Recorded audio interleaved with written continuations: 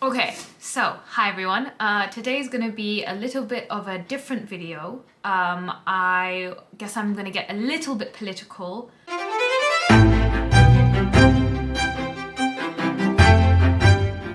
couple of months ago, I was first looking into Reform UK because I'd seen, I think, like a BBC article or something talking about how, based on the polls, this is a third party that might actually do quite well, which, made me quite happy because I think that we need a change from this constant two-party system that seems to constantly change but never actually, the effects, I think, on the average person just seem to be the same.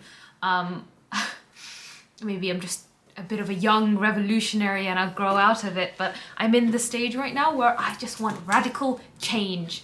Especially because we see the way that society is already radically changing with the advent of like new technologies and what's possible. The way that our society works right now compared to the 2000s, which is, obviously when I was born, I just feel like I haven't really seen too much of a change in the government. And in terms of like how it seems to rule things since that time.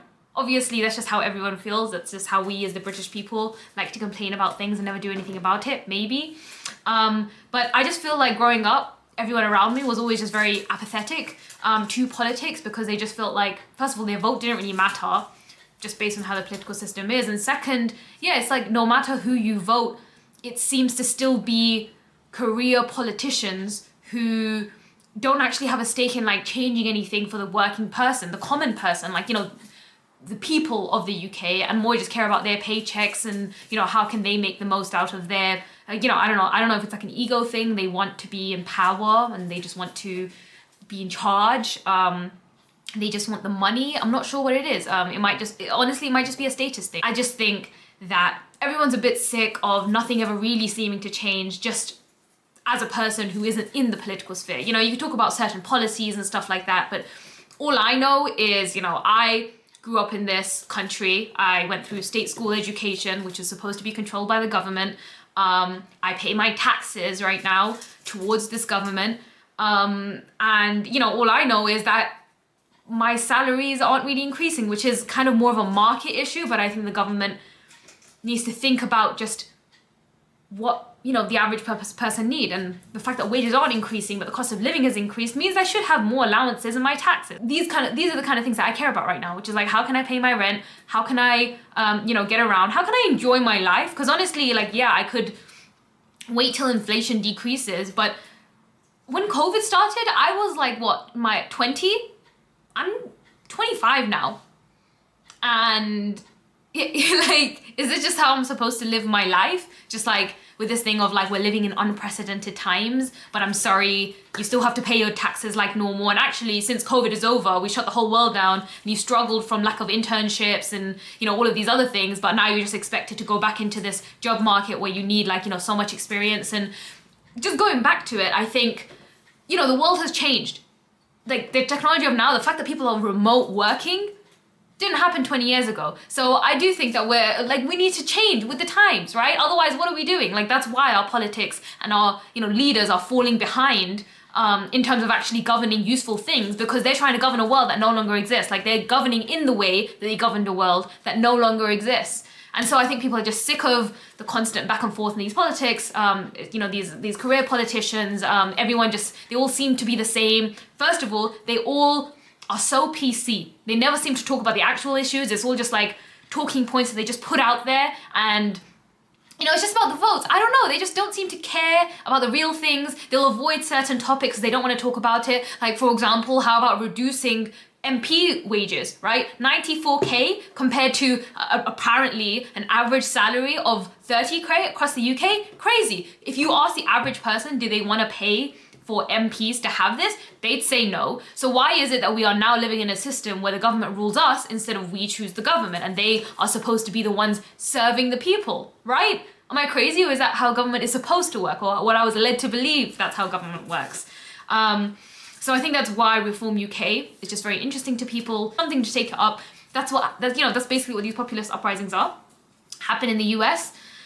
Do I think that we are actually going to get this political party? I honestly doubt it, because, you never think that change is actually going to happen until it does. So who knows? Do I think that Reform UK are, they're completely 100% correct and their policies are correct? No. Do I actually think they're run by similar people? Like Nigel Farage, I don't think is just like a genuine person who, you know, is very working class, who just wants to make life better for everyone. No, I think that, you know, he probably is a little bit actually racist. Like, I think he genuinely does believe that, like, you know, Britain should be for the white people, and anyone who's not white is not British.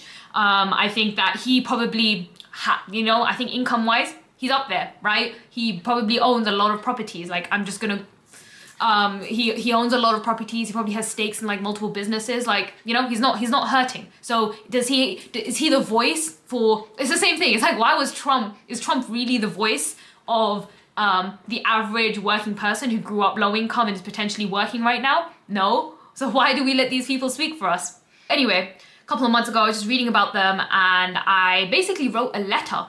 So an email that I was gonna send to them just with my points. For some reason, I thought I could make some kind of difference. I never did. And now that, you know, snap election has been, so this is before the election, and now the election has been called. And now there's basically no time to like change anything really. I just thought it might be fun to read through my letter and kind of the points that I had in regards to their manifesto, or their working contract that I was reading through. One thing off the bat that I like about them, and I think that that's why people are sick of the currently established parties. Again, it's this PC-ness, but also it's just like, these people just seem so out of touch. Oxford graduated economics and political science majors, and then just like work within these bubbles. You know, that's not the level that you need to be at to be able to engage within the political system. And that's what they've created, right? They've created a level that the only way to engage in these kind of politics is to really be of that level. Otherwise, oh, don't worry your pretty little head about it. You don't need to worry about it. That's what I'm for. I've studied this, you know, I went to the best university to study political science. So obviously I know how to run this country for you. Just give me your money, you plebeian. Sorry. Obviously, I like the fact, and I think this is what Trump did really well, actually. One of the things that people talk about is the fact that people might say he talks like an idiot, but honestly, it's a bit elitist, and people are sick of that, right? I personally do think that, you know, he has a more limited vocabulary than others, but do I think that makes him stupid? No. Do I think that you need to use a lot of jargon and, you know, 15-letter words to be in politics? No. What you actually need is you need to get a large amount of people to actually listen to you and to feel like you represent them. And so if the large majority of people are actually just, you know, normal, average, working class Brits, you know, not all of them even, like a lot, I don't know about the rates right now, but, you know, not everyone went to university. And just how do people talk in their everyday day-to-day life, right? All these politicians do is they sit there and they laugh at anyone who doesn't have, you know, who doesn't speak in the same way they do, who doesn't have the education that they do. And I think that's also why, you know, actually white British people of the working class need to realize this as well. Like, these people don't represent you. It's not like a farmer who went and decided to become prime minister. It's an Oxford educated white man, and he doesn't represent you any more than, you know, a working class Asian man would. Which Rishi Sunak also is not, right? So just think about that. Don't be racist, please. There's bigger issues. I hate jargon in all of its forms, in all of its industries, so let's leave it at that.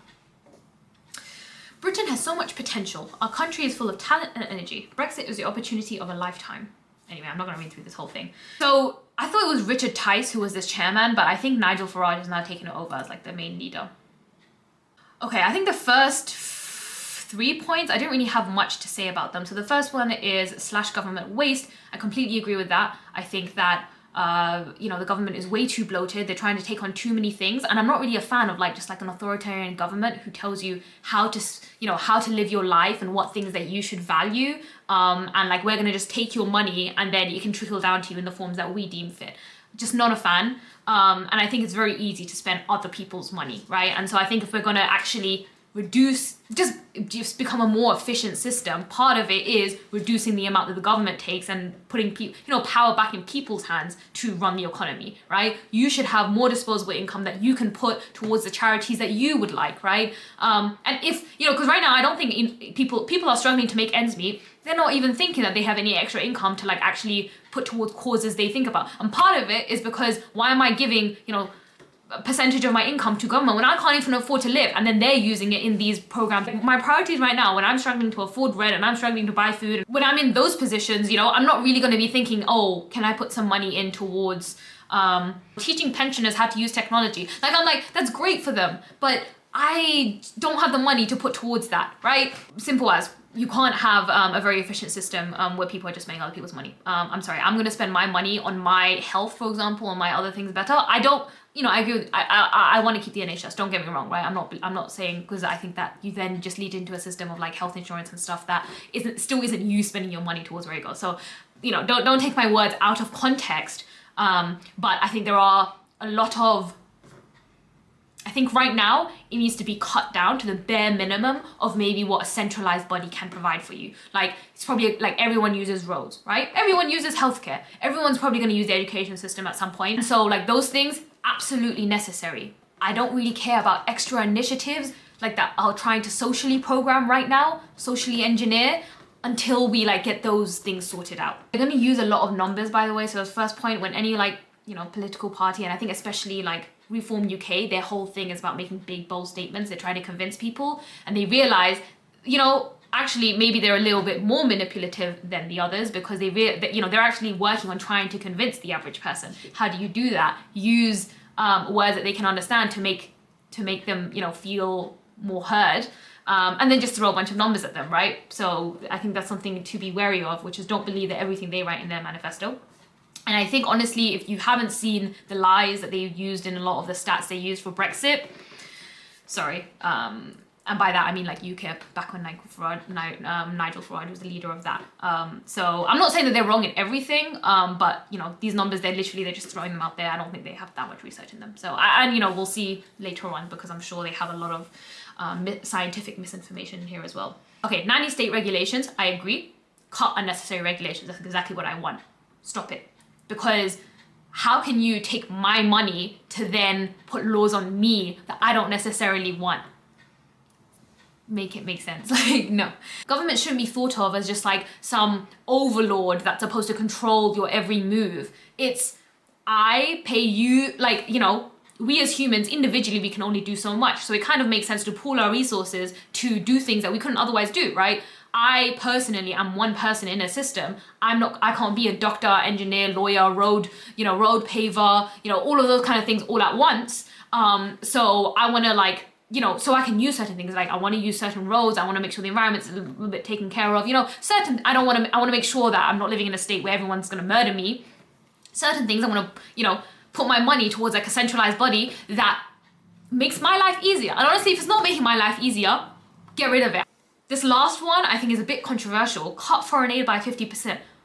Honestly, it's not that I agree, like, I understand the political strategic argument of like, oh, you want your finger, basically, you know, the strategic aspect of like providing foreign aid, right? Let's get rid of the moral story, because I think we all know by now that actually in the end government doesn't actually care about, you know, when we as a government in the past, it's not like we've been like, oh yeah, there's these injustices happening, we really need to. In the end, it's like, is there a financial gain out of it? Or is there something that we can get from there? And so if we're gonna actually look at it strategically, what do we benefit from? We, you know, having other countries rely on us economically means they are less likely to go to war with us, and we more have a seat at the table for them, right? That's really what it is. However, it's all well and good for scientists and political scientists and think tanks to think about, you know, to sit around and, you know, research these topics. So scientists can, like, you know, run the simulation and be like, you know what?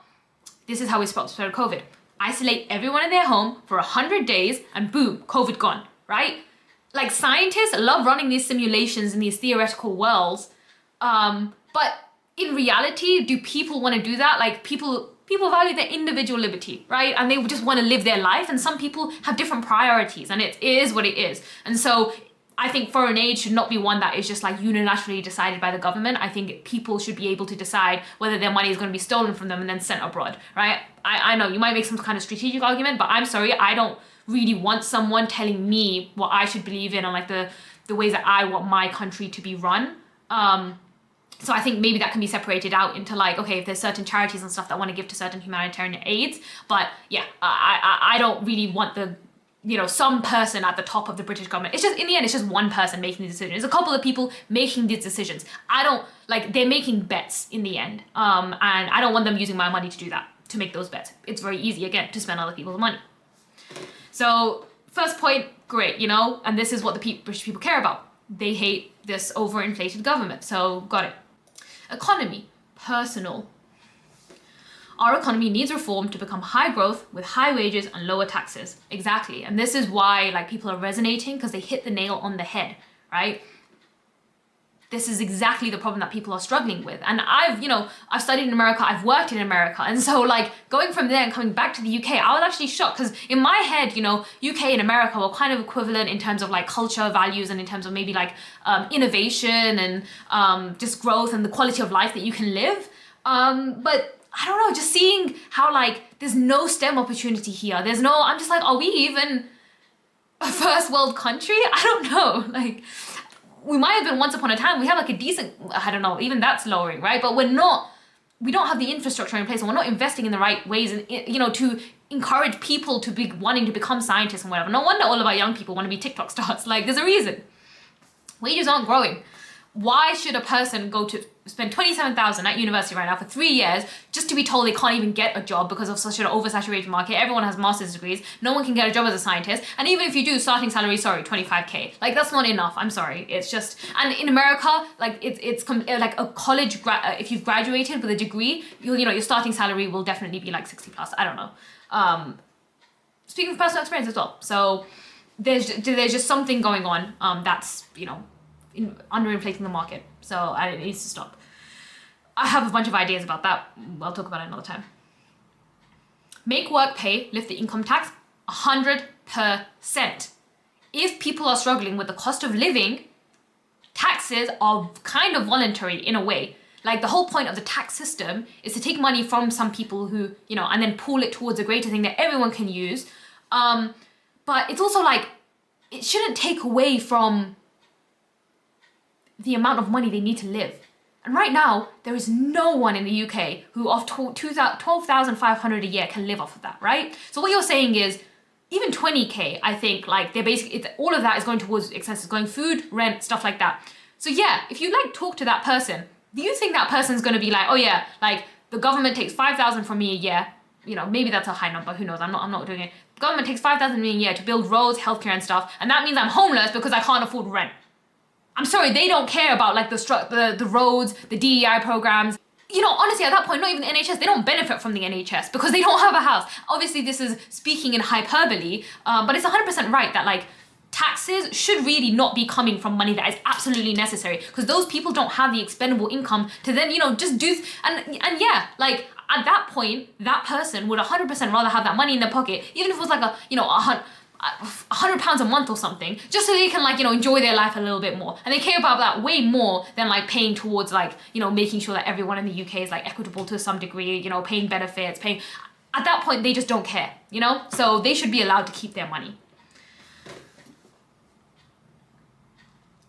Cut energy taxes, scrap VAT on energy bills. Yep, I kind of agree that we shouldn't have. And see, look, that's where you see that it's a system that the government has turned into a corporation who tries to get the highest profits possible. There's no reason to, the whole point is you take some money from people to pool towards something else. So why has it turned into this forced mandatory, we're going to try and take as much money as you can by taxing the same pound, again and again, 2, 3, 4 times, right? Okay, you already pay income tax. Okay, so the corporation pays corporation tax, and then they pay you with that money, and then that money from you is the income tax, so you have to pay income tax on that, and then every good you buy, there's also VAT on that, so we also get money in that way. It doesn't seem like a genuine system anymore. And that way, it's just oh, how can I take the most money possible so I can pay myself, right? Why are MP salaries so much, right?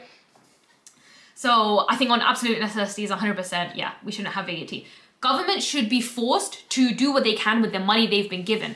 If they don't have enough money, you don't then go seek, to steal more of individual people's money to do your goals. It literally means that there's not enough money in that country. So certain things need to be cut, certain luxuries need to be cut, right? We just don't have enough money. The answer should not be, okay, raise individual people's taxes. At that point, it's a corporation profit-based thing. And you become the overlords, and I don't want that. The grief tax, something I'm a bit more neutral on. I'm only gonna really talk about the things that I think affect people the most. And people most, I mean, this is like a social commentary channel rather than like a really political one, right? So I'm not going to go into like every single policy, especially because there's going to be some actuallys in the comments and start, giving me some kind of like history or like some international relations strategy.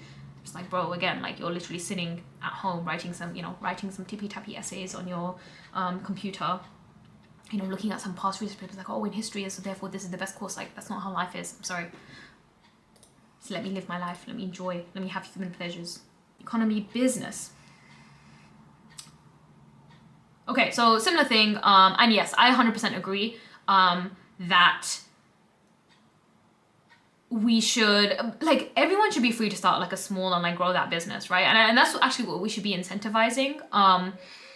Because we want more competition to these huge monopolies who have like all this market power, and then like, turn everyone into like corporate slaves and corporate drones, right? And like I think that's a reason with like the why people are unhappy right now, because they feel a lack of agency because they're just within these huge corporations, rather than being able to like, make actual tangible change or do something with their day that leads to actual results. I think a lot more people would actually be happy in smaller or medium-sized businesses if they were doing their own thing, right? Because every single action they did leads to an outcome.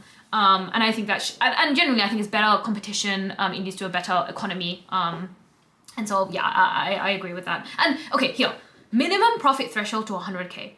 It's not a lot of money. Like we as British people are scared of like, oh, big corporations and like, they should be paying their tax and stuff. Yeah, like billion-dollar companies should be paying their tax. One person who's like, oh, you know what, I'm gonna tutor, and then making less than 100K per year off of that, tutoring business. Like, come on, just let them have that 100K.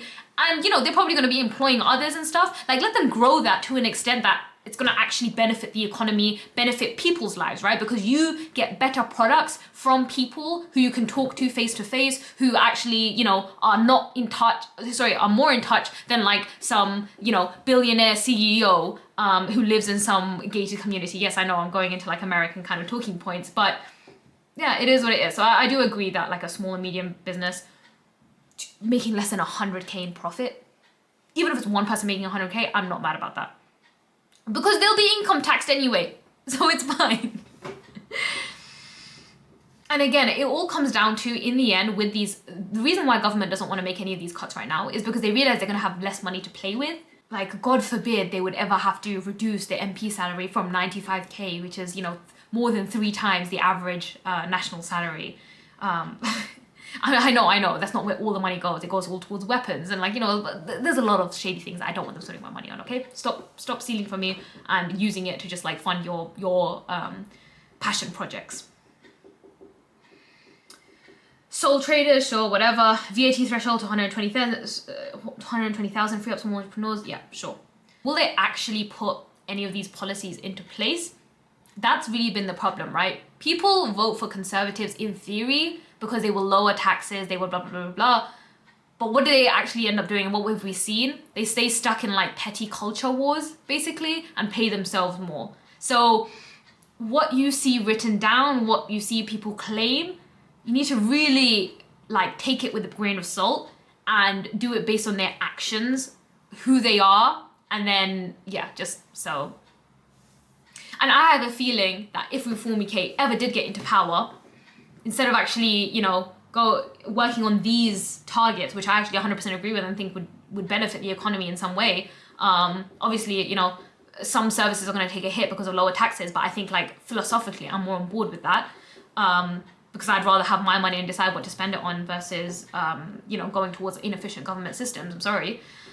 If it was efficient, that's a different story. Again, I believe in the NHS. I believe in certain services, right? We can get into nitty-gritty, like you're arguing with me. But, in future, I can like get into the nitty-gritty of what I think are like, needed services versus what things that we should probably cut until we get to a place where we have that extra disposable income to spend in these areas. I just doubt that they're actually going to focus on these hard things because they would have to deal with like the actual struggles of dealing with like a struggling NHS when there's like literally no money to fund it. And also just like, they'd have to literally like make a lot of enemies within government because they'd have to reduce all MP salaries, which includes themselves. Are they going to do that? Probably not. They're going to have like a lot of issues that they need to solve. So yeah. And like, I know they're saying, no, we've done the math. Lies. This is not going to work out the way that they think, which is fine. I'm in the situation, they should just cut taxes as much as possible and deal with the consequences. Government doesn't have enough, you have to figure out how to like deal with that. Just like any other, businesses have to do that. I'm not saying government should be run like a business, but at least, yeah, it shouldn't be run as if there's just like infinite pool of money and like their work is so important based on their own like social engineering priorities that they're allowed to just like constantly just keep taking more and more from, you know, my pocket, really. Reform the tax system. Thank you very much. What I was saying before, tax, everyone pays into it. Even the dumbest person in society should be able to understand, not even understand, yeah, they should understand the concept of tax. They should be able to pay their tax. Okay, fine. I'm not gonna go that far. There are some really, really dumb people out there, right? But you shouldn't have to be some kind of political science, economics, finance major to be able to understand, you know, the tax that you yourself are paying. And there's a reason, you know, like, if you have an incentive to overcomplicate things, it probably means that you're doing some shady things with it. I.e., like, obviously it benefits government. Well, first of all, it benefits a lot of these, you know, people who come from like law backgrounds, tax backgrounds. Yeah, HM revenue and customs. There'd probably a lot of people in there who are making a lot of money. That would be very sad actually if the tax system was really simplified so everyone could just pay their taxes and you only really needed a couple of people to like sort through it, right? Probably make the millionaires who make their money just like moving money around very, very sad. I know I'm being snarky. I'm going to continue being snarky because it's my personality. So here we get to this immigration section. And remember, I kind of prefaced this video right from the very beginning about how, yeah, I kind of wrote a letter and wrote down some points, and that was very, so I guess I'll draw from some of the points that I had written down before as well. So if you see me reading, that's what I'm reading. I'd written this a couple of months ago, right, when I'd first heard about Reform UK. Anyway, this is the actual section. Whatever they're talking about, there's a record number of 1.25. So remember what I was saying before about the numbers they used? I don't really know, like, honestly, yes, I think that like from the Brexit, I'm kind of judging this off of, I think these are the same people who were involved in like the actual Brexit, right? And I know so much false data was thrown around there that I don't really trust all of these specific numbers, right? So take it with a grain of salt. However, I do agree that just living as a person, that there does seem to be a little too much, first and foremost, your duty is to your citizens, right? And so if you can't even support your citizens, you definitely should not be taking in mass intake of immigrants. And yeah, I mean, like, obviously if they benefit the economy, which means that they're like skilled doctors, you know, so I'm not gonna talk about all immigrants in that case, right? Maybe most of the immigrants coming in are actually like quite skilled people that we need. So can't speak too much on like the actual stats and like what's true and what's not. But my general feel is I'm against illegal immigration. I don't want too much mass immigration of unskilled people generally, because, you know, that's going to lead to like a worse society rather than a more educated, you know, more economically powerful society. Because it's more of a drain than a benefit, and it's like at that point you need to like focus on what you have before expanding. Same thing what I was saying about how the government should take this approach of decreasing back down all of the money that it makes, think really hard about what it actually is and what it actually doesn't, and then expand from there if need be. But yeah, I do agree with this point. British culture, identities and values are under threat. I agree with that point to an extent, and I definitely do think that like each country, the cool thing about them is they all have different cultures, right? And so I think it is quite sad for like a country to, I don't think it should be forced though, right? So I think it's a hard one. There's bad things about culture, right? Don't get me wrong, right? And, you know, if we're going to say something about like just, you know, normal British culture, if you talk to people, you know, in Europe or something, oh, the British tourists, what do they do when they come around? Oh yeah, you know, they're very rowdy, they come, they get really red and sunburned, they don't like to speak different languages, you know, they're very arrogant. You know, like, it's not necessarily a great impression. So there are good parts of culture and there's bad parts of culture. And I don't think we should strive so hard to keep the bad parts. Like, for example, like a massive drinking culture, is that a good thing? No. Should we, like, I think pubs are a big part of British culture. But if people naturally just don't want to drink, I don't think that's a bad thing, right? You shouldn't then force like, oh no, everyone should be a drinker. Like, that's kind of stupid to argue for that. Like, I can understand why people will be upset if like there are immigrants coming in and then like kind of saying that, my culture is better than your culture and like trying to take over your culture. I understand that point. And like, you know, same thing with like values and stuff, right? I think there are certain British values that you obviously don't want overridden. Like, for example, I think a British value is, for example, being open, being very secular, all of that kind of thing, like open to all religions. And so, yeah, you do want to maintain those ones, right? Obviously. None of these are like bad points, but it's like, would you say that I am British? Basically, I just think that these people also, like they kind of veil what they actually believe behind like these words. And like, if what you actually believe is that there's no such thing as a non-white British person, then obviously it's just like, okay, shut up. Like, because again, it's just like, okay, like you can pretend that all of your problems are caused to immigration, but let's talk about like white British people. I don't think, you know, there's a lot of yobs, right? Like, where do all of these like football hooligans come from? They're all white, right? It's not like immigrants come in and become, you know, the British football hooligans that everyone talk about, like, you know, go to the pubs, start smashing things up. There are problems within all races and in all cultures. There's a lot of people who have been here like for multiple generations. So yeah, I don't think it's necessarily a race-based thing. And so if like your argument is literally just like, in the end, if it boils down to like, I'm white and therefore I think I'm more British than you, just like, go away. You're just racist at that point, yeah. I'll like parlay with you based on the cultural points, right? There's like such a mix of all of your bloodlines. Like don't even try. Like there is no such thing as like native to the land really in this day and age. Like come on. I think you can talk about things on a value-based thing, and I think you can talk about who's coming into the country, right? And honestly, yeah, you can talk about like fixing some of the damage that has been done in terms of like, yes, I do think that there hasn't been enough assimilation of previous immigrants, and I do see like kind of communities forming of like people like kind of bringing, like staying in their own cultural bubble of like their home country. In that case, it's just like, yeah, why didn't you kind of stay in your home country? I retain my Bengali heritage, but I also enjoy my British heritage, right? Like I was born here, like that's part of my culture as well. So, and I'm not gonna like, you know, try and change British politics to represent my Bangladeshi heritage, if that makes sense. But at the same time, I think like shared multiculturalism is a good way in terms of like, you know, shared food and like, you know, those things aren't bad.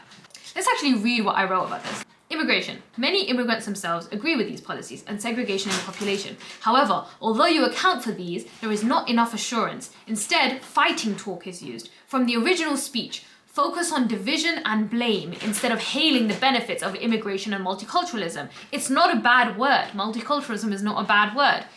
Also, stripping off passports past citizenship is inherently worrying. These small policies and statements make an immigrant daughter like me worried and also angry. I was against Shamima Begum retaining citizenship in that exceptional circumstance, but the excuse should not have been that her mum had different citizenship. Blanket ban of citizenship related to terrorist cases or something, like I'd be okay with that, right? But like to say, oh, the reason that Shamima Begum can be stripped is because her mum had different citizenship, like that is quite worrying, right? Of you know, someone who's like born and raised here. I don't want to be like randomly deported somewhere because of my skin color. Like I do think that it's kind of racist, to be honest. I have hope that this party is common sense and inherently kind, looking forward towards a better future rather than a shield to hide racism. Good luck with that, given the changing demographics of this country. Yeah, good luck with trying to like continue this whole like, oh, white is right kind of thing. Like if that's your end goal, you know, cool. You're gonna fail in that anyway. And I hope you do, obviously. NHS needs urgent reform. Okay, I'm not gonna go too much into this, but basically I just feel like they are trying to encourage and incentivize private healthcare insurance and stuff. And I just don't think this is the right direction to go in. Like, I understand what they're saying. Like, our system is really inefficient. I'm not gonna lie, at this point, like, I've been part of the American healthcare system. I do think it is actually a better system than here, just because it's like, yeah, it is very divided. Not gonna lie. Like, if you don't have the money, you're screwed. But even here, where even if you don't have the money, you're also screwed, right? So I don't really see a difference there. At least there, it's like more widespread that like healthcare is expensive, and thus most employers offer healthcare. Honestly, like if your employer doesn't offer healthcare, like it's not like a good employer there, right? It's just more of a widespread culture because of the fact that there is no NHS. Whereas here, most employers don't offer healthcare, which hurts, you know, basically anyone but the mega rich who can afford it. Me personally, my new job does offer healthcare, so maybe that's changing, you know, as people realize the NHS is going under, so, you know, to be known. However, I do generally, like, on a philosophical standpoint, believe in the NHS, and I think it's a great thing that the UK had, and I think it would be a shame, since we already still have it in place, even though it is failing very badly, to try as hard as you can to, like, keep it. You know, think creatively, but I think that is one that I would really prioritize on my list, to try and like, you know, try and find the money to keep that and reprioritize, you know, and like remove the money from other things, basically, if I was running the government in this way. Yeah, and I think like my notes on that was, yeah, I agree with like the cutting waste bureaucracy on unnecessary managers. Perfect, exactly. I think those are the problems within the NHS. They got it spot on. And again, this is why this I think to me they're quite convincing, and to people they might be convincing. Whether they'll actually vote for them, probably not, because most people don't actually read these manifestos. They just, you know, tick a box based on what their friends and family tell them. Honestly, that's the reality, and that's all. And I want people to be more engaged with it, but honestly, like I also don't blame them because of the fact that there's just like this lack of power, it seems, because it seems like no matter what you do, you know, the same people are going to be in power. So until we get that revolution, you're not going to change people's minds on that. Anyway, I digress. So I guess my points here were, one, so they talked about independent healthcare. So again, cautious about the use of independent healthcare. This makes sense, but I would want a close eye that it's just not more of the same corruption, because I also do think that the American healthcare system is like very corrupt, and like it's like I'd rather actually that, you know, at least there's like government officials in charge rather than just like completely like, you know, complete business people who have like free reign to just be very corrupt and raise prices and stuff. Like I think it's a worse philosophical thing. And then the last one, you know, it's so funny how they just like to slip these things in there because they know that these are the people. So this is what I mean by they're being actually quite tricky. So they're trying to come across as like, no, we're very open, we do this. But then they do these things of just slipping in their actual own social media politics into this manifesto, and just generally into, because they have these beliefs, whether or not they hide it. And so that's the problem. They're actually not being very honest about all of their beliefs, which is, in the end, a lot of them are anti-science, anti a lot of things, basically. And one here, excess deaths and vaccine harms public inquiry. Excess deaths are nearly as high as they were during the COVID pandemic. Young people are overrepresented. I mean, yeah, probably like through, honestly, mental health problems. So I guess my point is like, the fact that they were kind of lazy, that they didn't even like, explain that a little bit. They literally just put something out there. And to me, that statement by itself just means nothing. It doesn't state anything, except it kind of already plants that seed into your head that, hey, this is a conspiracy theory that you might potentially want to start believing in, right? And like when we say it in future, you're going to be more likely to believe it because they mentioned it here. So I think there's just a potential for misinformation based on this statement. And I think, you know, if anything, it's pandering for the conspiracist vote. But there's more chance for bipartisan support, which I think that this party needs, if I'm going to get all political about it, if they focus more on facts and science, rather than, you know, spreading like some conspiracy theories. Again, there's like, literally no actual stats there. There's nothing put down. They just kind of put in like some kind of statement just to like plant a little seed. And they don't have to like actually back it up with anything. Great. Then they go into the environment. Our energy market needs reform. We all care about the environment. Ours has never been cleaner. We want to use technology to do our bit, but net zero is the wrong bit at the wrong price in the wrong time frame. Sure, I don't disagree with that, right? At this point, when everyone's struggling with the cost of living, I can understand why like it might, but then I think that's a hard one as well, because it's like, personally, okay, let me get, personally, I care about the environment, right? So that's like my personal opinion on it. And I hate the fact that people are so careless about it. They'll just throw trash. They'll use plastic like it's nothing. They'll just like, you put all the lights on. They'll use as much water as they want. And like to them, it's like, well, as long as I'm paying for it, it's fine, right? And it's like, no, but there's like wider impacts on the planet and the resources that you're using. And you need to get into just like don't be in such a consumerist mindset. And unfortunately, I think that there's actually a trend where people are becoming more consumerist rather than less. Just based on like, people like wanting more luxury things. I don't know. I think it's an education-based thing. So I think that's a hard one as well, because there's like no incentive for people to actually like care more about the environment, because they're probably going to like lose more money. So it's like either they believe it or not. So it's like, it's a hard one, whether you can just, okay. And I guess the point is, it's one that affects everyone, right? Net zero means reducing man-made CO2 emissions to stop climate change. It can't. Climate change has happened for millions of years before man-made CO2 emissions and will always change. Okay, so this was basically just written by like someone who like is just a complete idiot. Like, okay, here's the thing. You're not a scientist. From the previous one, they put in that vaccine thing, and now they're just like, yeah, I'm sorry, I can't see it, so I just don't believe it. Yeah, that's just how I feel. Shut up. That just like, it has no basis. Yeah, and I think my thoughts were, statements like this page lose me. The previous pages make logical sense. This is a conspiracy theory. Getting rid of environmental regulations for fuel. I hate the tax and greenwashing, but I do care about the actual environmental harm. Please don't poison the earth for the youngsters. Net zero goal is stupid, sure, but don't pretend climate change and global warming are fake. This page was written by an uninformed person, someone with clearly no scientific background. The statements made are wild, inaccurate, and infuriating. Stop letting your personal politics get in the way. Renewables maybe shouldn't be subsidized, but definitely they should be taxed less. They are not equivalent to fossil fuels. I think, fun debates between scientists, if you must.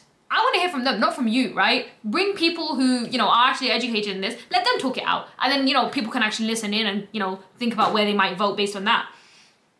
But, don't just you have the power to reach a bunch of people, so you just want to put your personal opinions out there and not actually fact check yourself. I think that's dangerous. And actually, if this is one person writing it or the party writing it, the fact that they're just going to go in power, it kind of shows that their intentions of just pushing through their own personal preferences and their own policies without actually thinking about the greater good and thinking about what's the best for everyone, letting everyone kind of come to some kind of, letting the experts in their specific fields do their thing, right? They just want to come in and put their own beliefs and social media politics just into reality. So it's very egoistic actually.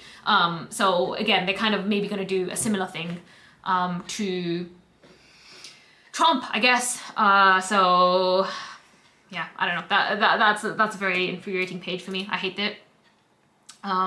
A lot of young people do actually care about energy and the environment and stuff because we're affected by it, and honestly we do feel the effects of it.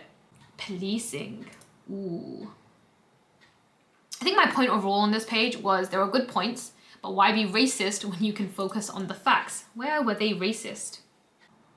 I completely agree with depoliticize the College of Policing, replace degree standard entry with an entrance exam. Remove the requirement for degrees if it's not necessary to the job. And actually that is something that, I might make a separate video about the policies that I would put in place if I was Prime Minister or if I was the government or something, because yeah, that's something I 100% agree with. Maybe I saw something before, but I think they might have reworded this page, I'm not sure. I think the only thing is just this common sense policing, not woke policing. Protect the public without fear or favor. Reform the independent office of police conduct so that the complaint system works. I don't think that's a bad idea. Okay, yeah, fine.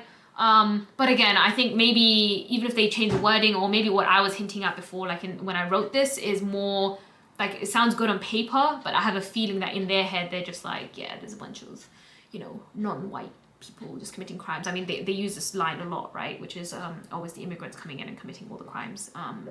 They're doing all the stabbing and stuff, and it's just yo, have you met your white young people? Everyone. A lot. I mean, it's a problem within the youth. Maybe it's a problem within areas of low income. Yeah.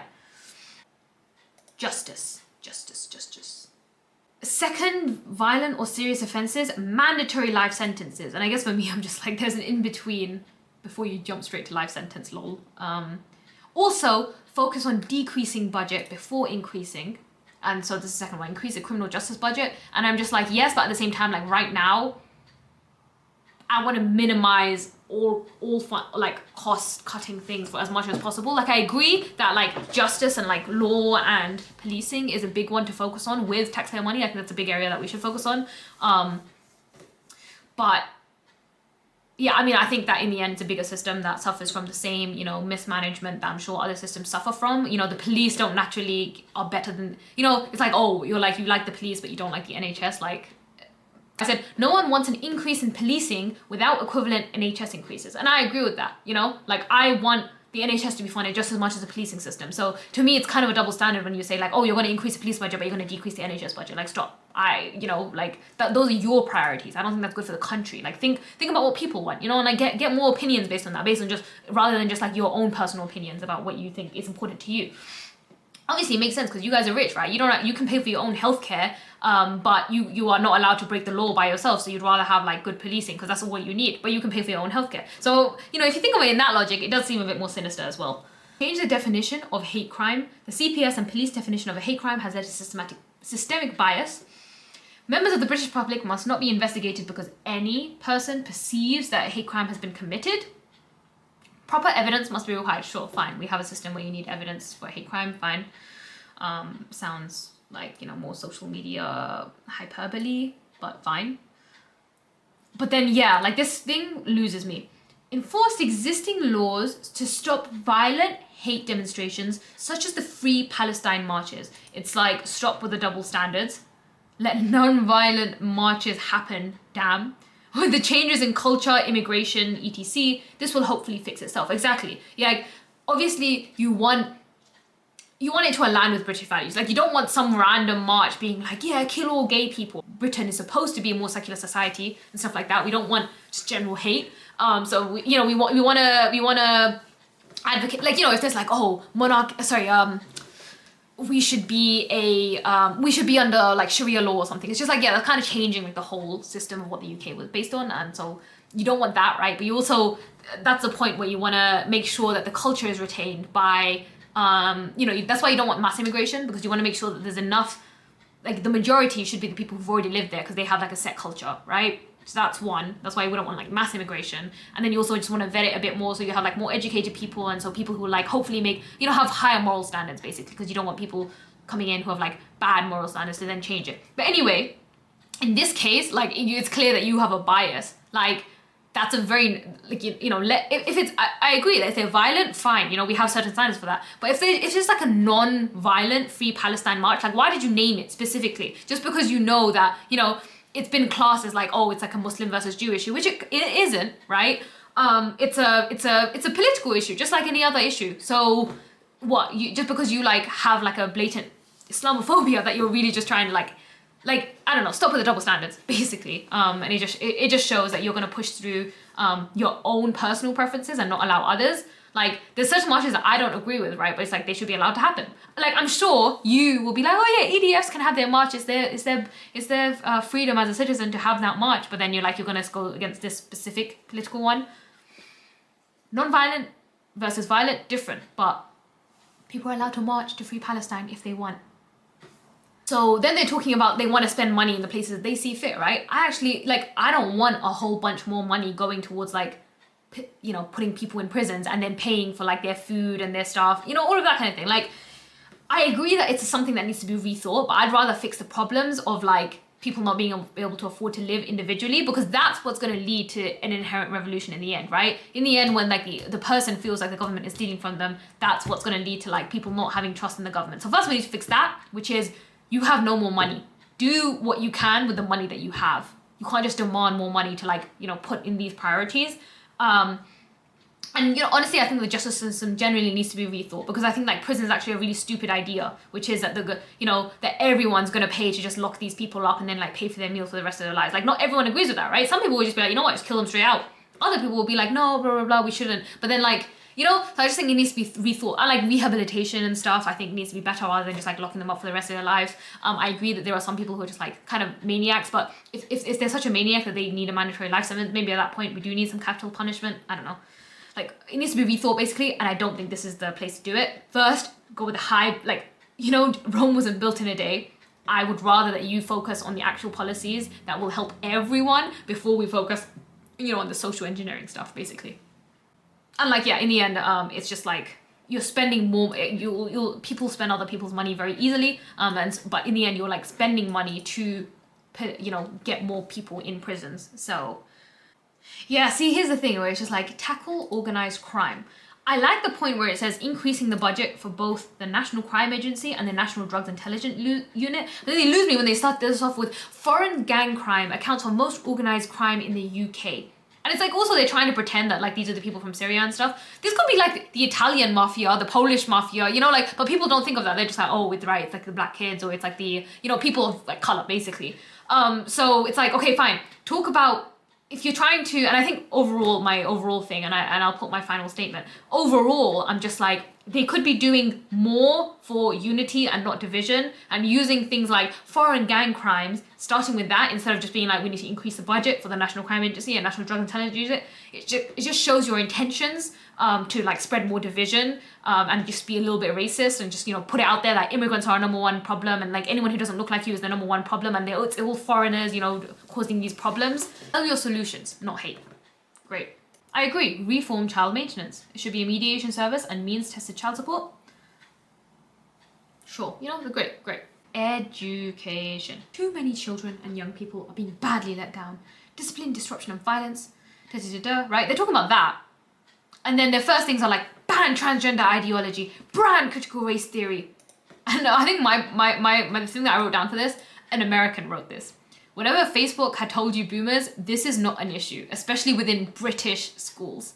It's also too late. Young people are stupider than ever. Stop being divisive and teach them better instead of militantly, which will only increase rebellion. I'm not a fan of the independent education. They put some things in there to like benefit rich people because obviously they are rich, so don't forget that. And I think I have a lot of thoughts, and I think I have a lot of experience within the education field, so I definitely have thoughts on this. I'll make a separate video on it, hopefully, maybe.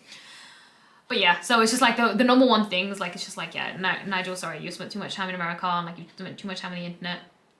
I was never taught any of these things. Like there were a couple of things, like I remember one PSHRE teacher was like talking about like, oh, like, you know, transgender people and stuff. And but I was just like, I don't know, I don't really know. Like back then I was like, I don't really know if I agree with this. And actually, I feel like most young people I've met in the UK are actually pretty transphobic, to be honest. So, and like actually very anti-homosexuality. So I think that's a problem actually. I don't think it needs to be taught through schools though. That's not what I'm saying. What I'm saying is like, how are you focusing on that instead of the fact that like British education system is actually like leads to a lot of stupid people, right? Like I don't think that it's teaching people the skills that they need to succeed in life, and I don't think that they're educating people, which is their primary purpose. Like, teach them better, but don't teach them militantly. Like don't be like, I think what they're saying is like, oh, there are 2 sexes and 2 genders.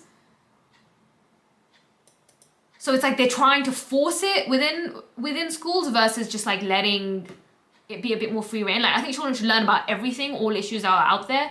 Obviously appropriate ages, I think it's more like secondary school. That's when they should start, you know, thinking about debates and like, you know, the common things that are like, you know, debated about and people have different opinions on. But like, yeah, like you can't just replace one militantism with another, right? Let people make their own decisions. Benefits. Okay, income work tax, great, increase that. Growing up, all I've been told is like, oh, people abuse benefits. I'm not gonna lie, just like based on my own personal experience, yeah, I'm like not the biggest fan of everyone who's on benefits. I just remember being in school with like, you know, people who were, you know, their families were on benefits and yet, you know, they were touting the latest like Louis Vuitton bags and like, you know, all of that kind of thing. Who knows, but they might have been fake, that's true. I just think that like, yeah, it is a little bit broken in a way. But again, I think that's just a thing that it demands a bit more thought. That's one that you're not gonna change immediately because it's going to affect such a lot of people. If it comes as a potential area needed for when we realize that we don't have enough money to fund it, that's a different question, right? That might be an area to look at. But I think, again, you can only do so many things. Why do you have this 23-point manifesto, each with the very specific points? Like you're going to tackle all of them within 4, like you're just not going to do it. I'm sorry. It's just not going to happen. That's just like not how systems work. Especially one that's like governing the whole of the UK. Like, come on, be a bit realistic. Brexit. Anyway, this one I just kind of don't want to touch because it's just like whatever. People have been arguing about it for so long. They obviously have opinions. Defense. Veterans. I agree, you know, I think veterans are treated like shit. Housing. In parts of the UK, almost half of all social housing was occupied by someone born overseas. I kind of do agree that obviously they shouldn't be a priority. But I guess my point is a lot of these things are like goals for the future and they're good. I guess my exact point was, although I agree with more liberty, cutting taxes, etc., I also want to promote fairness, lack of exploitation, and meeting of needs/advancement in society. Consider new policies such as CEO caps. I don't know the answer, but I want to stop people making money off of or selling others' ideas and labor. Also changing politician salaries, which I've mentioned quite a few times. For example, the Prime Minister makes the average wage of the country, which would actually incentivize the Prime Minister to do better, right, in increasing the economy generally, for everyone, not just himself. Expenses are already paid for. Yeah, exactly, because it's like, why do they even need money? Because they already have all of the expenses paid for. Like the average person uses that money to pay for rent and food and stuff, but that stuff is paid for them, or at least their office work. You know, like it's like it's super unfair. And I guess like, yeah. So I guess for me right now, I mean, I'll make a different video in terms of like my own opinions on like what would be good for this country. But yeah, I think like right now priority should be just like honestly just cutting tax as much as possible, getting rid of like so many departments and stuff. Like honestly, I feel like right now the government is like the biggest employer in the UK, and that's just like really shit. Like stop it. And then I wrote, in future, I am a cautious fan. Like, I'm a big, you know, I do agree in like there is a like ideal society and you might think about how to improve society, but right now it's like a very, like the government's trying to beat people with a stick and be like, this is how we move towards an ideal society. It's like, I don't care, bro. I just need food and I need a place to live, right? So let's focus on that stuff first. Like, oh, I don't know. It's like, there is no answer to that right now. So just stop taking my money, right? Stop taking my money. Take a chill pill, and then we'll like restart from scratch in terms of the idea of what government should be. In future, I am a cautious fan of things such as housing for all / even a UBI, but I do think it will be abused. But young people are tired looking towards okay, yeah, I think this was just talking about like mental health in like young people. They're trying to pretend that it's just like this mental health crisis came out of nowhere.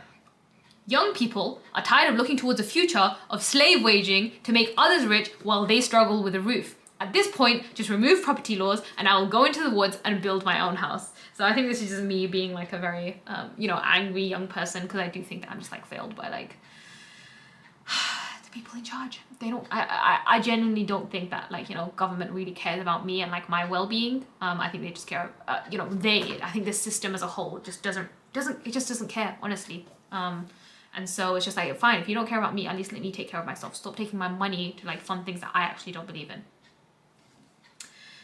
Those are just my thoughts. And this is just a general conversation, I guess, on like British politics. So it's not just general.